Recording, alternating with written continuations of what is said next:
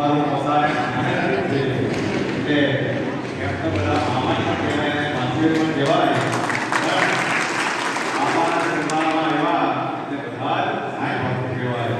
તો બધાનું ખૂબ ખૂબ સ્વાગત કરે છે સાંઈધામ. અને વિશેષમાં એ બધા ભક્તો આર્થિક તકલીફ સહન કરીને ભાવ હૃદયની અંદર ભાવ રાખીને આવ્યા છે.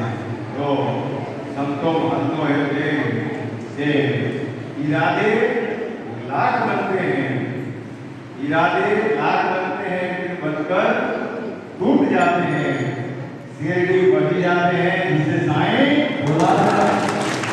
तो બધા ભક્તોને બાબાએ બોલાવ્યા છે અને વિના વિઘ્ને બધા ભક્તો બાબાના ચરણ સુધી આવી ગયા છે.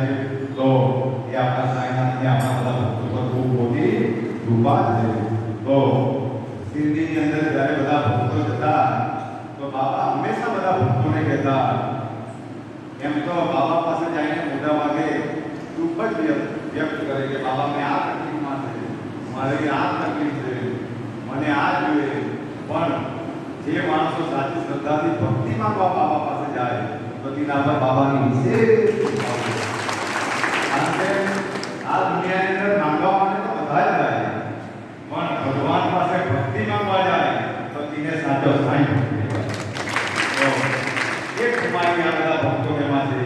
તો બાબાએ ભક્તોને કહેતા કે ખાલી ને ખાલી તમે ભગવાનનું સ્મરણ કરો, રામનું નામ લેવું એટલે તમને જીવનમાં આરામ.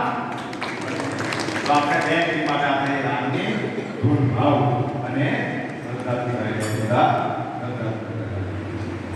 બોલો શ્રી રામ.